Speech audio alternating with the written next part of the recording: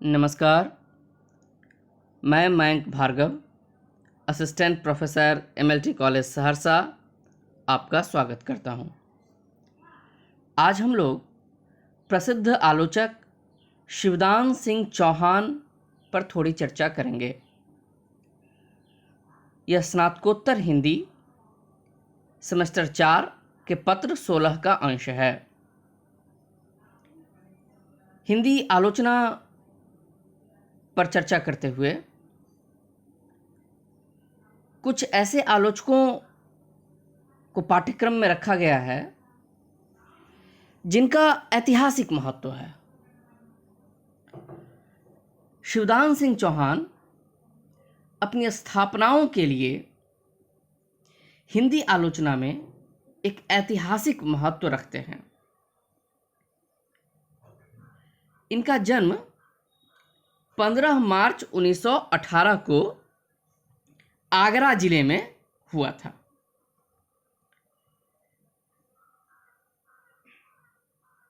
इनके पिता का नाम जालिम सिंह चौहान था, पुलिस अफसर थे और पढ़ाई लिखाई की शिवदान सिंह चौहान ने। और एक घटना का जिक्र करना आवश्यक है कि इलाहाबाद यूनिवर्सिटी से जब इन्होंने बीए किया तो वहीं दीक्षांत समारोह में ही अपने सर्टिफिकेट फाड़ डाले, विरोध प्रदर्शित करते हुए। यानी विद्यार्थी जीवन से ही इनकी चेतना का परिमार्जन हो गया था। दीक्षांत समारोह में अपने प्रमाण पत्र को फाड़कर इन्होंने अपना विरोध प्रदर्शित किया था। और बाद में जब 1945 में भारतीय कम्युनिस्ट पार्टी का गठन हुआ तो 36 में शिवदान सिंह चौहान उसके सदस्य हो गए। इसलिए यह रेखांकित करना महत्वपूर्ण है कि 1936 से ही हिंदी में प्रगतिशील साहित्य का प्रारंभ होता है। प्रगतिशील लेखक संघ की स्थापना हुई और उसके बाद हिंदी में एक प्रगतिशील साहित्य की अलग धारा बही। तो प्रारंभ से ही शिवदान सिंह चौहान उसके साथ जुड़ गए और इनकी विस्तृत चर्चा हम लोग करेंगे। उससे पहले इनकी कुछ पुस्तकों के नाम देख लिए जाएं। इनकी पहली किताब आई थी रक्त रंजित स्पेन 1938 में। वही स्पेन की लड़ाई जिसमें समर्थन करने जवाहरलाल नेहरू भी गए थे। तो पूरा एक वैश्विक परिप्रेक्ष्य शिवदान सिंह चौहान के दिमाग में बहुत पहले से स्थापित हो जाता है। जब वो लिख रहे हैं तो पूरा वैश्विक परिप्रेक्ष्य उनकी निगाह में है। और उसके बाद उनकी किताब 1946 में आई प्रगतिवाद। 1946 में ही साहित्य की परख, बहुत चर्चित किताब 1954 में हिंदी साहित्य के 80 वर्ष, 1955 में साहित्यानुशीलन, 1958 में आलोचना के मान, और फिर साहित्य की समस्याएं, और फिर अंतिम दिनों में उनकी किताब आई परिप्रेक्ष्य को सही करते हुए 1999 में। इस बीच अनेक लेख भी उनके आते रहे, विविध पत्र पत्रिकाओं में संपादक वो खुद रहे आलोचना पत्रिका के। तो इन भूमिकाओं में लगातार वह साहित्य से जुड़े रहे। उनके लेखकीय जीवन की शुरुआत भारत में प्रगतिशील साहित्य की आवश्यकता शीर्षक लेख से 1937 में होती है। और ये जो लेख है बहुत महत्वपूर्ण लेख है। यद्यपि बाद में यह लेख दुर्लभ हो गया, लेकिन शिवदान सिंह चौहान की आलोचना दृष्टि को समझने के लिए यह बहुत महत्वपूर्ण है। इस लेख में उन्होंने जो बातें कहीं वो प्रस्थान बिंदु हमेशा उनके दृष्टिपथ में रहे। और बाद का उनका जो भी लेखन है वह लगता है कि जैसे उन बिंदुओं का विस्तार होता चला गया। शिवदान सिंह चौहान में मार्क्सवाद की व्यापक समझ है, भारतीय वर्ण व्यवस्था का विरोध है। अब यह समझना यहां बहुत आवश्यक है। आमतौर पे मार्क्सवाद पर यह आरोप लगाया जाता है कि वह भारत की अपनी परंपराओं से कटा हुआ है, एक विदेशी शक्तियों से परिचालित है, इसलिए भारत की जो अपनी बुनियादी समस्याएं हैं उनसे वह जुड़ नहीं पाता। और भारत की बुनियादी समस्या में वर्ण व्यवस्था को माना जाता है, जाति व्यवस्था को, कि मार्क्सवाद इस जातिवाद को ठीक से नहीं समझ पाया। लेकिन अब यहां देखें कि शिवदान सिंह चौहान जो मार्क्सवाद से या प्रगतिशील आलोचना से आरंभिक रूप से जुड़े हुए हैं, उनको मार्क्सवाद की व्यापक समझ तो है ही, लेकिन वह भारतीय वर्ण व्यवस्था का भी विरोध करते हैं। और भारत के परिप्रेक्ष्य में नहीं, जैसा कहा गया कि पूरे वैश्विक परिप्रेक्ष्य में वह सोचते थे, इसलिए साम्राज्यवाद, पूंजीवाद, फासीवाद का विरोध वह निरंतर करते रहे। और जो उस समय ही सांप्रदायिक वातावरण उभर रहा था, उसकी पहचान उन्होंने की थी और सचेत किया था अपने साहित्य के द्वारा कि इस प्रवृत्ति का विरोध होना चाहिए।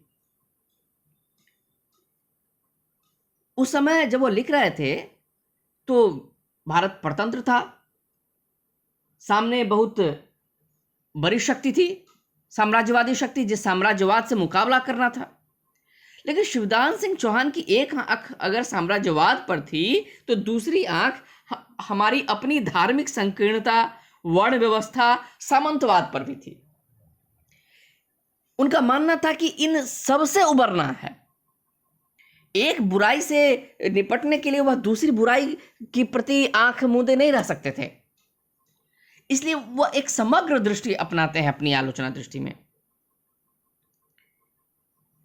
और जहां तक प्रगतिशील आलोचना का संबंध है, उसका बहुत गहरा नाता शिवदान सिंह चौहान से है।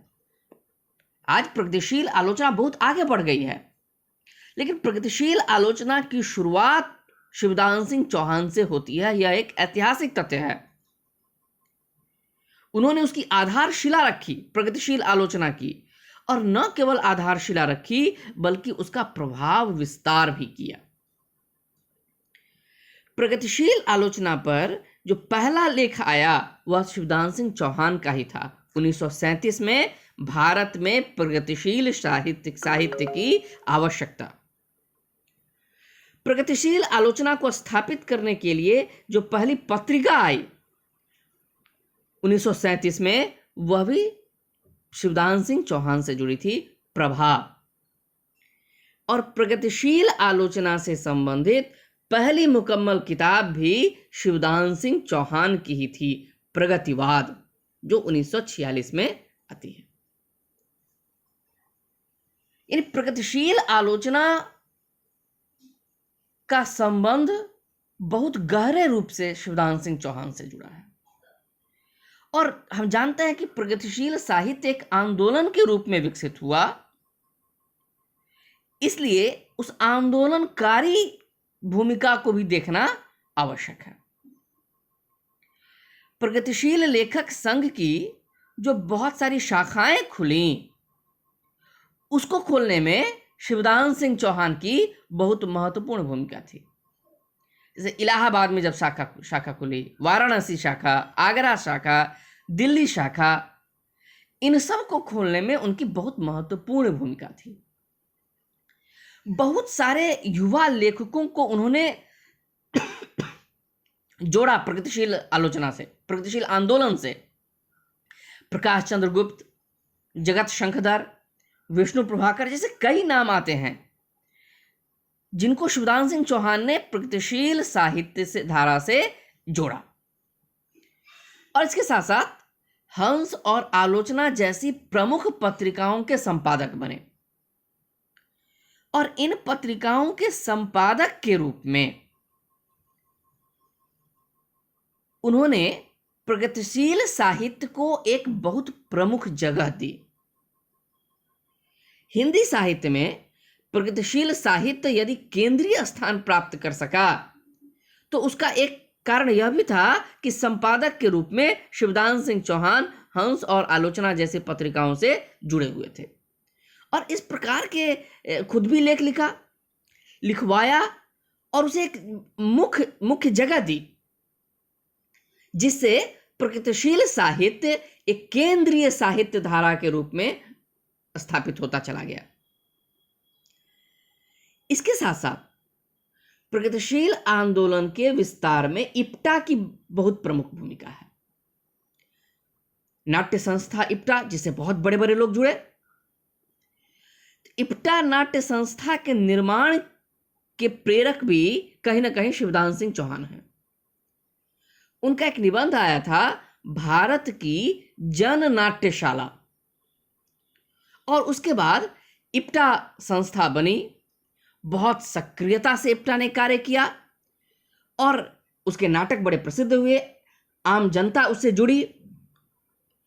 उसने जनबोध को परिमार्जित किया, लेखकों को प्रेरित किया कि किस प्रकार के नाटक लिखे जाएं और कैसे उसका मंचन किया जाए। जो नाट्य विधा बहुत सहृदय दर्शक तक ही सीमित हो गई थी, उसको जन रुचि से जोड़ा। तो इप्टा की जब भूमिका को हम याद करते हैं तो वहां भी शिवदान सिंह चौहान की याद और उनके उस लेख भारत की जन नाट्यशाला लेख की याद आती है या आनी चाहिए, क्योंकि उस संस्था ने प्रगतिशील विचारों को एक आम आदमी तक पहुंचाने में बहुत महत्वपूर्ण भूमिका निभाई। और ये जो जमाना था उसमें दो प्रकार की प्रवृत्तियां एक साथ सक्रिय थी। एक तरफ प्रगतिवादी विचारधारा थी, दूसरी तरफ उसके समानांतर प्रयोगवादी विचारधारा थी। एक साहित्य में समाज को प्रमुख मानता था और एक साहित्य में व्यक्ति को प्रमुख मानता था। इन दोनों विचारधाराओं में परस्पर वाद विवाद होते रहते थे।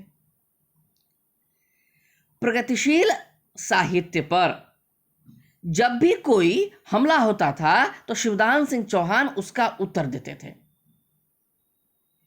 तो उन्होंने अपनी लेखनी से प्रगतिशील आलोचना से हिंदी साहित्य जगत को परिचित कराया और दूसरी ओर उस पर होने वाले हमलों का भी निरंतर प्रत्युत्तर दिया। और एक तरह का जो मुकाबला होता रहता था उसमें प्रगतिशील आलोचना को स्वर देने वाले लेखक थे। लेकिन इसी क्रम में कुछ ऐसे लेख भी उन्होंने लिखे जिसमें उत्साह ज्यादा है, विवेचन कम। और इसलिए शिवदान सिंह चौहान की आलोचना पर एक आरोप लगता है कि वह आलोचना की जो प्रमुख चीज है विवेचना, उसमें दिलचस्पी कम लेते हैं और निष्कर्ष ज्यादा रखते हैं। कुछ हद तक इस आरोप में सच्चाई भी है, क्योंकि बहुत सारे लेख ऐसे हैं जो ऐसा प्रतीत होता है कि प्रगतिवाद पर हुए हमलों के से उत्तेजित होकर उत्तर के रूप में लिखे गए हैं। और इसलिए कुछ ऐसी टिप्पणियां भी हैं जो अतिरेकी कही जा सकती हैं। उस दौर में कई लेख उनके इस तरह हैं, छायावादी कविता में असंतोष की भावना, प्रगतिवाद, क्या साहित्य प्रोपेगेंडा है, आलोचना के मान। इस प्रकार के लेख बहुत ऐतिहासिक महत्व के लेख हैं। लेकिन यह भी ध्यान रखना होगा कि जब खुद प्रगतिवाद के अंदर एक तरह का अतिवाद आने लगा, जिसको कुत्सित समाजशास्त्रीयता कहते हैं, तो उसका भी उन्होंने प्रतिवाद किया। और इस संबंध में उनका लेख साहित्य की परख या मानव आत्मा के शिल्पियों से, इसी शीर्षक से उन्होंने लेख लिखा था। यह महत्वपूर्ण है कि उन्होंने जोरदार प्रतिवाद किया इसका कि केवल कुत्सित समाजशास्त्रीयता प्रगतिशील आलोचना के मूल्यांकन में काम नहीं आ सकती। तो एक तरफ जब ऐसी प्रवृत्तियों को देखते थे जो साहित्य को नकारती थी, तब वह लेख लिखते थे प्रतीकवाद, त्रिशंकुओं का साहित्य। या स्पष्ट नाम लेके लिखा उन्होंने, कविता में प्रगति और प्रयोग की समस्या। स्पष्ट है, प्रगति प्रगतिवाद को दिखा रहा है, प्रयोग प्रयोगवाद को दिखा रहा है, और दोनों की तुलनात्मक चर्चा करते हुए जोरदार प्रतिवाद किया उन्होंने। या इसी क्रम में उनका लेख है आधुनिक कविता की समस्याएं। लेकिन दूसरी तरफ जब प्रगतिवादी साहित्य को भी वह कुत्सित समाजशास्त्रीयता से भरता देखते थे तो उसका भी विरोध वह करते थे। वास्तव में शिवदान सिंह चौहान जिस दृष्टि को से परिचालित थे उसके साथ हमेशा बने रहे। और जैसा कहा गया कि शुरुआत में जो लेख है उनका भारत में प्रगतिशील साहित्य की आवश्यकता, उसी से पता चल गया कि उनका विरोध साम्राज्यवाद से है, पूंजीवाद से है, सामंतवाद से है, वर्ण व्यवस्था से है। और जो शक्तियां इनके विरोध में दिखती थी चौहान जी उनके साथ होते थे। जो शक्तियां साम्राज्यवाद, पूंजीवाद, सामंतवाद, वर्ण व्यवस्था ऐसी प्रवृत्तियों की सहायक लगने लगती थी, चौहान जी उसका भी विरोध करते थे। इसी दृष्टि से उन्होंने अपनी आलोचना को विकसित किया और आगे चलकर उनकी जितनी भी पुस्तकें आई, उन जितने लेख आए, उसमें इस दृष्टि का विस्तार है। भारत में उनके सामने जो शक्तियां उभर रही थीं उसकी एकदम समय पर सटीक पहचान की उन्होंने और अपनी आलोचना दृष्टि को उससे आगे बढ़ाया। शिवदान सिंह चौहान की आलोचना पर हम लोग आगे और विस्तार से विचार करेंगे। आशा है आज के संवाद से शिवदान सिंह चौहान की आलोचना पर की पृष्ठभूमि हमारे विद्यार्थी मित्रों के सामने स्पष्ट हो गई होगी। इस पृष्ठभूमि को स्पष्ट करने के बाद हम लोग शिवदान सिंह चौहान की आलोचना पर अगले संवाद में विस्तार से विचार करेंगे। आपके सहयोग के लिए, आपके साथ के लिए बहुत बहुत धन्यवाद, आभार।